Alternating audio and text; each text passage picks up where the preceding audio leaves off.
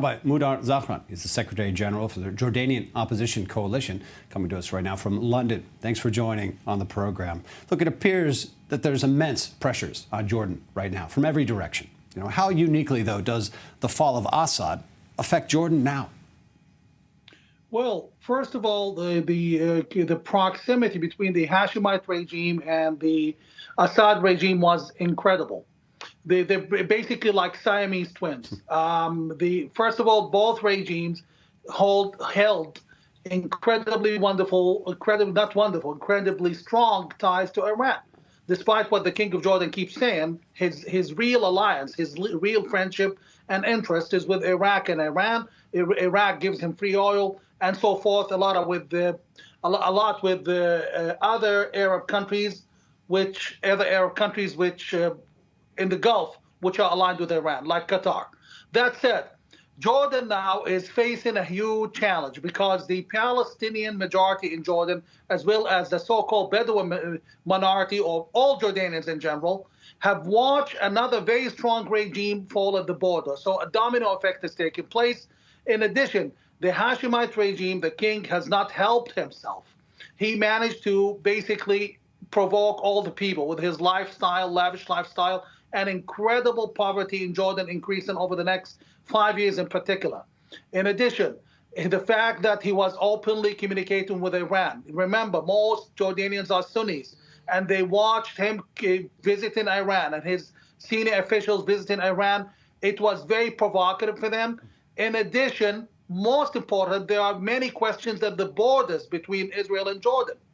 Basically, the smuggling of the weapons in a police state like Jordan cannot, at best, it's either that the Jordanian intelligence is failing to do its job. At worst, it's the Jordanian intelligence getting involved in the smuggling, and this is not an accusation because there has been evidence in the past, 3 occasions of evidence publicized in the media of the Jordanian intelligence cooperating and selling weapons to ISIS. So it is what they call in Hebrew a big balagan about to happen in Jordan.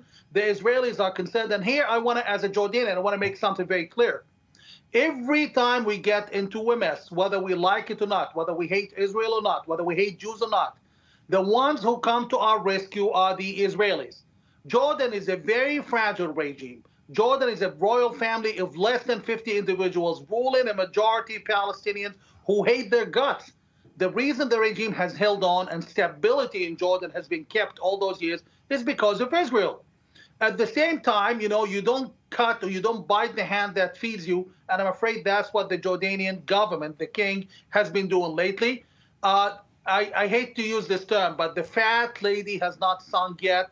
What happened in Syria is going to happen other places. I think my country, Jordan, is the most likely next place.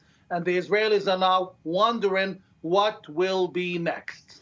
Look, in terms of that, you bring the Palestinian issue, which, given the Palestinian majority in Jordan, I know this is a central issue, perhaps the most inflammatory, is the Israeli-Palestinian conflict. Look, in the West Bank, in Gaza, we've seen political leadership go through an earthquake this year, we could say. But Abbas is still hanging on, President Abbas hanging on. How much do issues on the other side of the Jordan River in Israel affect what's taking place in Jordan? Well, I can tell you what's happening right now. The Jordanian, and this is one of the best kept secrets, they are incredibly capable in what you call the West Bank. The intelligence has a huge grip, Jordanian influence and intelligence on eastern Jerusalem and the refugee camps, particularly Jenin and Tol Karim and Balata near Shechem or Nablus. So those militants, right now are having a confrontation with Abbas, and I can sum it up in one sentence, with no conspiracy theories. The first time Palestinian militants got killed 9 months ago fighting the IDF, when their funeral, the Jordanian flags were played. The Jordan the Jordan you see in television is not exactly the way the king and his intelligence roll. Bottom line is, Israel is expecting the worst in Jordan, preparing for the best, but also expecting the worst. Stay tuned. This is going to be quite a show in Jordan. On my side, we're doing all we need to make sure that Jordan will remain stable, to make sure that we come into power when the king is gone, not al-Julani or any of those, Islamists. And one of the things that's really alarming in Jordan at the moment is the magnitude of the anti-Semitic propaganda, which is being operated and run by the king's own media, inciting against Israel, calling for jihad, calling for protest against the Israeli embassy, with very little response from the Palestinian majority or our Bedouin or so-called Bedouin East Banker brothers. Protest against the Israeli embassy, the Jordanian police would literally open the highways, open the roads to the Israeli embassy. The Israeli Jordanian media would call for protests against Israel and so forth, and less than 1,000 people would show up. The king is in a predicament.